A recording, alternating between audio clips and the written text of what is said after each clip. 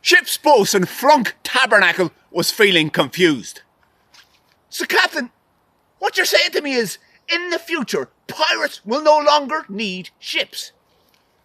No, boatswain, but they be needing user accounts. And what is typing again?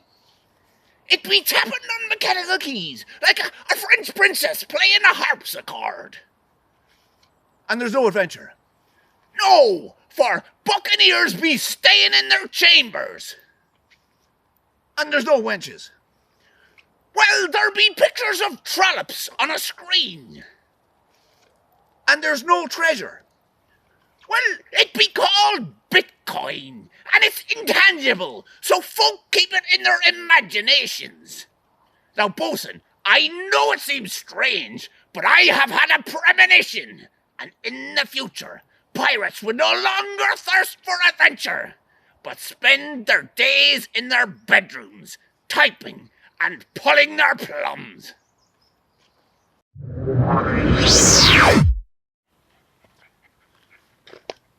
There is a reason we do not allow AI or machines on planet Mars. Slumberdick leaned on his shovel while his boss pontificated. And that is because we do not want to end up like the Earthians. Slumberdick lit his pipe. He sensed an anecdote was on the way. I met a human once, you know, said his boss. It came here on a rocket ship. It was trapped inside of some sort of mechanical suit. I had quite the job to tear him free from it. Slumberdick nodded. But the poor thing was too far gone and died instantly. Slumberdick shook his head sadly.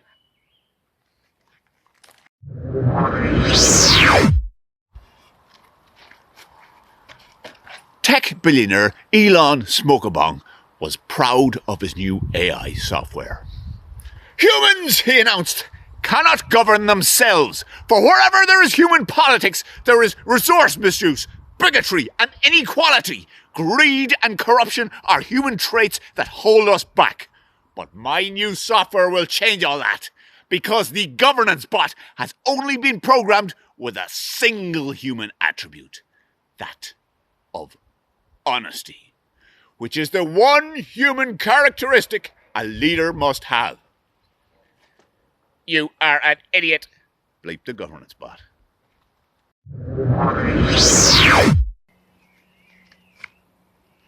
Flangolian chief Badongan Clump gazed proudly at the assembled Perseans. The entire population had gathered to hear him speak. Citizens, he barked. Several onlookers reared up on their hind legs and neighed loudly, their anterior scales sparkling in the moonlight. This is probably the proudest moment in our history, he continued. An enormous chorus of gonks fungulated with pride. For tonight, we surely prove those doubting naysayers wrong and relaunch the Hyperion Ark. And when it returns to Earth, it will bring our ancestors one simple message. Interstellar travel is possible, achievable, and has absolutely no effect on human biology.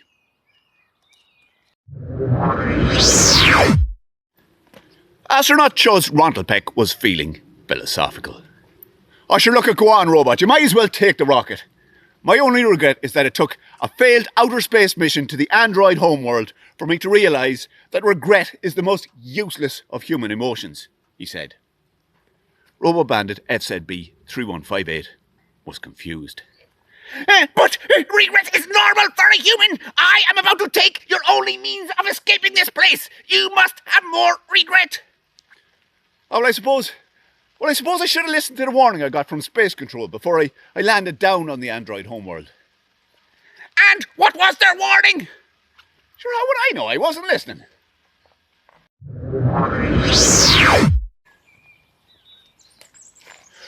Hold on a second, Unfogler.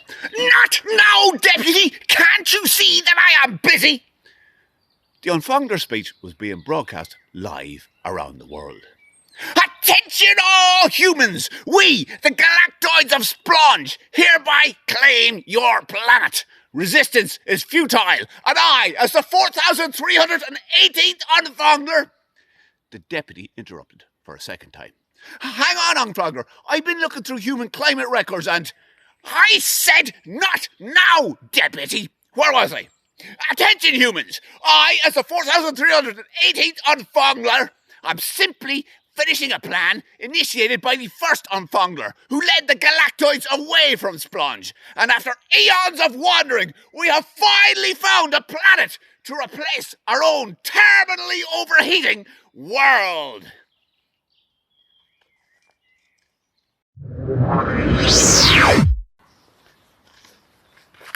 Oh yeah. Nurse Gillespie glanced in at the patient as the doctor spoke. Do you see this patient? He said. Would you believe he was on the Antares mission? You know, the ones that crossed the galactic rift. And whatever they saw out there, it left every last one of them catatonic with fear. Now, I've treated him with some high-beam cerebral pulses, and those pulses will have erased all sources of trauma from his memory, so you can tell him he's being discharged. Nurse Gillespie nodded and entered the ward. Good news, spaceman, she said. Your family is coming. You're being discharged. Family? I don't have a family.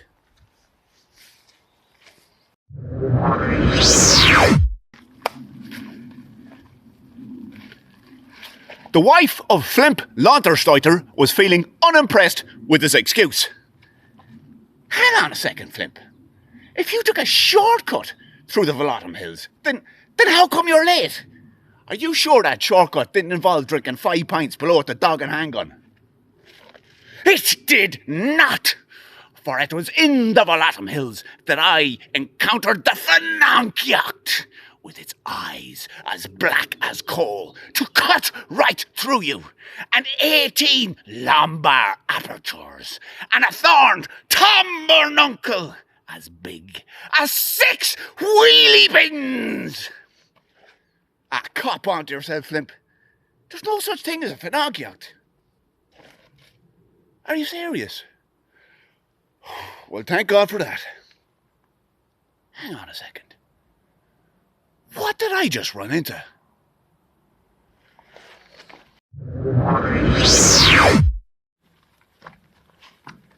European Space Agency Mission Commander and anti-vaxxer Jurgen Codswallop was feeling especially enthusiastic, which had all his crew anxious.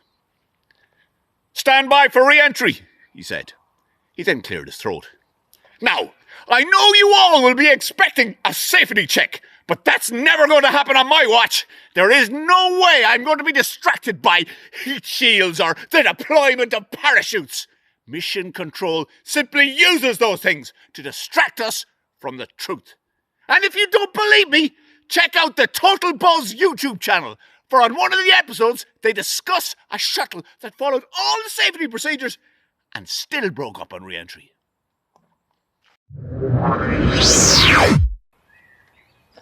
Martian Governor Tromblog was initially wary of the human salesman, but the pitch was convincing.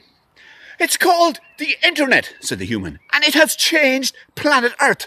Once every Martian has a receiver, you will be able to convince them of any old drivel.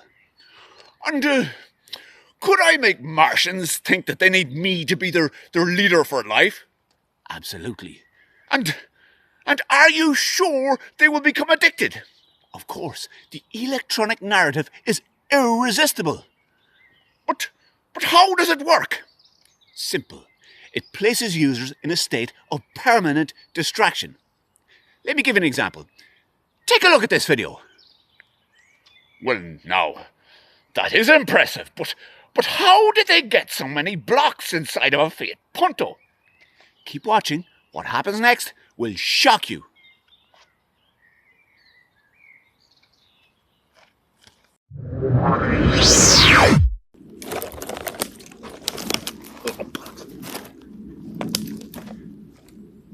intergalactic hitchhiker Splud Tabernacle, having initially been delighted to get a lift on board a space rocket, was now starting to feel a little worried.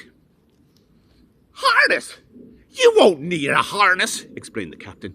"We are an anarcho-capitalist rocket. We don't believe in such things."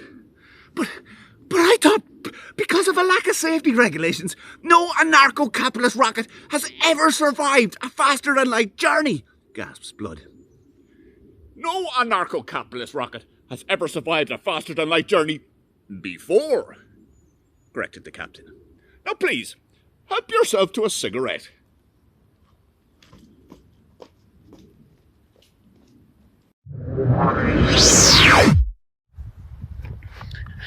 "Stand and deliver your gold or your life." European Space Agency mission specialist Spudluck Hortengoon was surprised to find a robot bandit in orbit around Pluto. But I don't have any gold," he explained. "Did you arrive here from the past? You can pay by card." "How would I do that?" "Very simple. Scan a QR code. It will take you to a website where you can identify the appropriate application format for your mobile device. Then visit your mobile device's application store and download that application. You will need a good connection, so head to Ganymede. It is closest, about a 6-month round trip. Then create an account by entering your first name, your second name, your postal address, your email address, and then create a unique password. More than 18 characters, but less than 16, containing uppercase and lowercase letters, and ampersand, numbers, and the symbol for boron. Once you have that done, you can wait for a verification code. This will arrive by text. If it does not arrive, you can repeat that process. Once you have the code, you can submit it to our database, and it will be registered, and you will receive an email. That email will contain instructions on how you can pay. Actually, do you know what? Just kill me.